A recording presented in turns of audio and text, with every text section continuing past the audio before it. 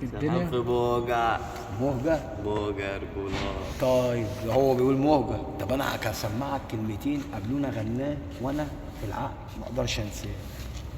قال له يا دنيا فيك العجب شغلتي بالرايق بتنزلي على عكر ابن العكر يا ابو السيد بتصبحوا فايق وايه فايدة المال يا عم اسواني طول ما البال مش رايق.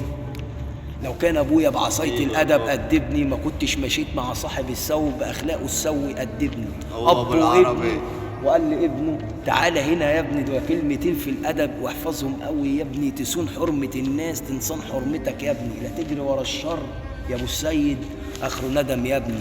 العمر والله وراح وهيشيبه تاني يا ابني وعم اسواني واللي عملته في ابويا بكره يخلصوا ابني.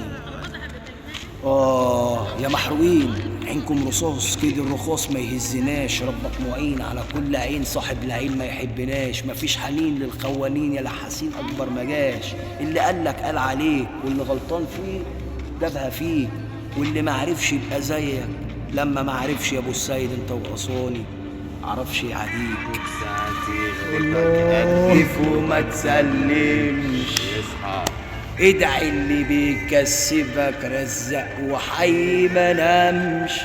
بنربي من نفس الشبك وبرضه السمك ما فهمش.